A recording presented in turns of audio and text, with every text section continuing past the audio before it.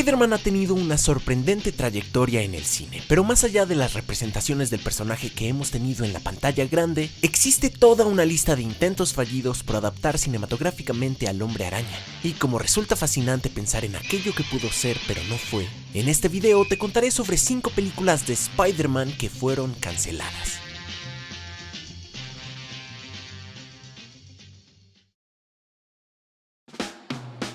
En 1982, Roger Corman iba a llevar al personaje a la pantalla grande. Para aquellos que no lo conocen, el tipo es una leyenda del cine por su trabajo en películas de bajo presupuesto.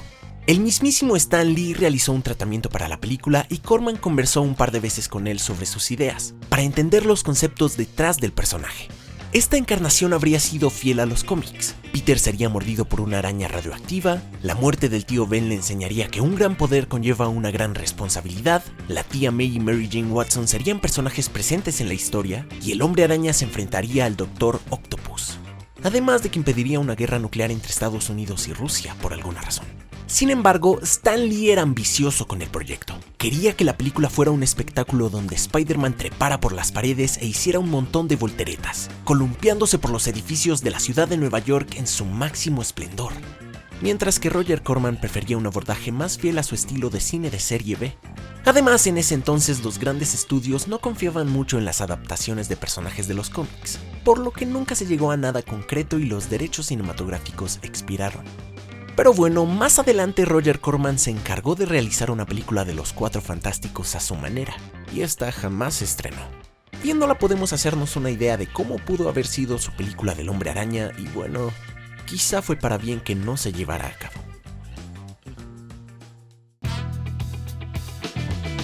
Ya he mencionado antes esta versión fallida del personaje, pero siempre es un encanto volver a hablar de ella. Además hay más detalles al respecto que compartir. En 1985, Cannon Films se hizo con los derechos cinematográficos del personaje, pero los dirigentes de la compañía no tenían ni idea de quién o qué era el Hombre Araña. Para ellos era similar al Hombre Lobo o algo así.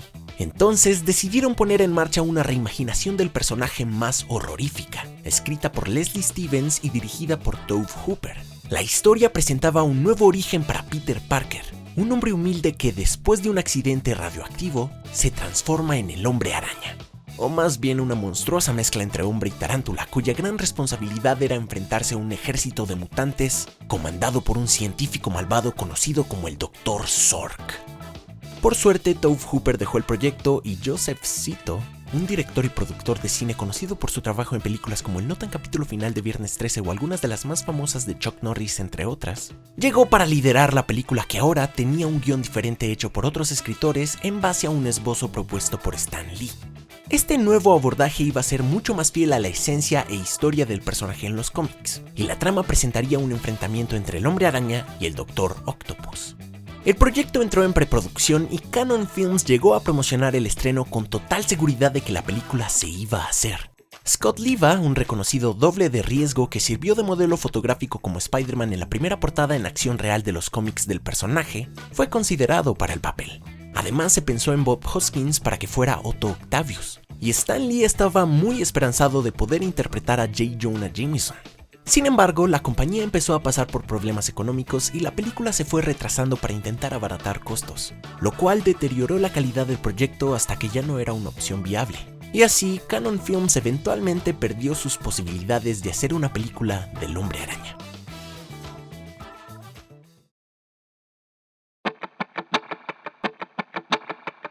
En los 90s, los derechos de Spider-Man terminaron en manos de Carolco Pictures, una reconocida productora de cine de la época, y el mismísimo James Cameron se acercó al estudio por su interés en el proyecto. Las directivas no tuvieron problema en confiar en él para que escribiera y dirigiera la película después del éxito que tuvo con su trabajo en Terminator y Aliens. Entonces, James Cameron procedió a trabajar en su versión cinematográfica del Trepamuros, desarrollando un scriptment de 57 páginas donde presentaba su idea para el guión y su visión para la película. Era el Hombre Araña que conocemos y amamos, sin embargo, de alguna manera todo parecía fresco y nuevo. Dijo nada más ni nada menos que Stan Lee sobre esta interpretación del personaje.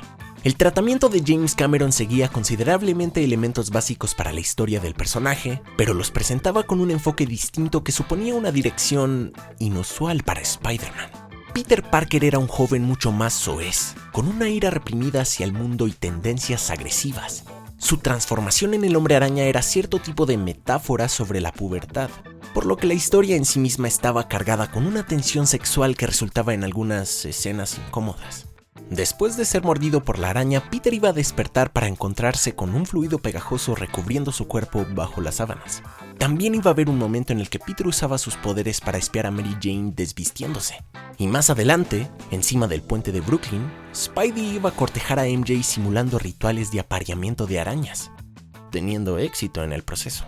Los villanos de la historia iban a ser Electro y Sandman, pero su representación no tenía nada que ver con los cómics. En vez de ser Max Dillon, Electro era Carlton Strand, un magnate que poseía la habilidad de manipular electricidad, además de poder absorber información de computadoras con solo tocarlas. Mientras que Sandman, en vez de ser Flint Marko, era un simple rufián llamado Boyd que trabajaba para Electro.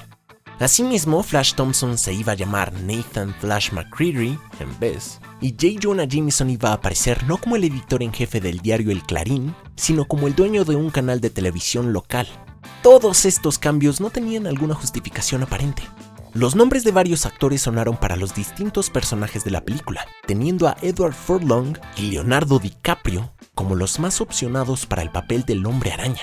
Sin embargo, había todo un complicado asunto legal por los derechos cinematográficos del personaje entre varios estudios, y esto llenó de trabas el progreso del proyecto, además de otros líos contractuales que impidieron el desarrollo apropiado de la película, por lo que James Cameron eventualmente abandonaría su versión en el cine del Hombre Araña. Finalmente, Sony terminaría ganando la disputa por los derechos cinematográficos del Trepamuros, y a finales de los 90 se estaban considerando distintos candidatos para dirigir la película. Entre ellos estaba David Fincher, pero su visión para el proyecto optaba por una dirección distinta a lo que el estudio buscaba. Fincher no estaba interesado en la narrativa de origen, ni en el elemento superheroico del personaje o los aspectos más fantásticos de su historia, porque no se los podía tomar en serio. La idea de la adolescencia como un momento en el tiempo en el que se es tan vulnerable como invulnerable era lo que realmente le atraía del personaje. Y pensar en Peter Parker como el tipo que se conformó con ser un fenómeno era uno de los asuntos que más quería explorar. Además de que le llamaba la atención tomar de base la muerte de Gwen Stacy como un punto de partida más dramático. David Fincher ya había pensado en una secuencia inicial de 10 minutos para la película que contara toda la historia de fondo del personaje.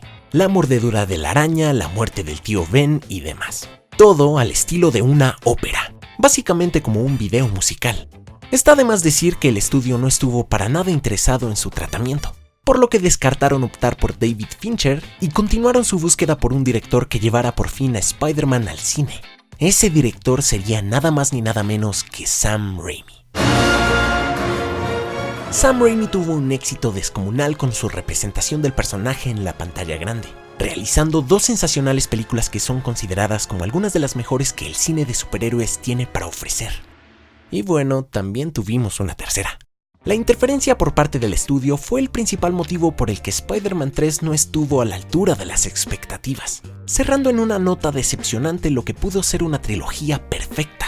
Sam Raimi estaba consciente del potencial desperdiciado, por lo que su visión para la 4ª entrega era muy ambiciosa. Quería hacer la mejor película del Hombre Araña que jamás se hubiese visto. Voy a tratar de hacerlo más íntimo, encontrar el corazón de lo que hizo al Hombre Araña excelente originalmente en los cómics. Voy a tratar de regresar a la esencia central del personaje de la cual me enamoré. De esa manera intentaré hacerlo mejor, dijo el director sobre Spider-Man 4.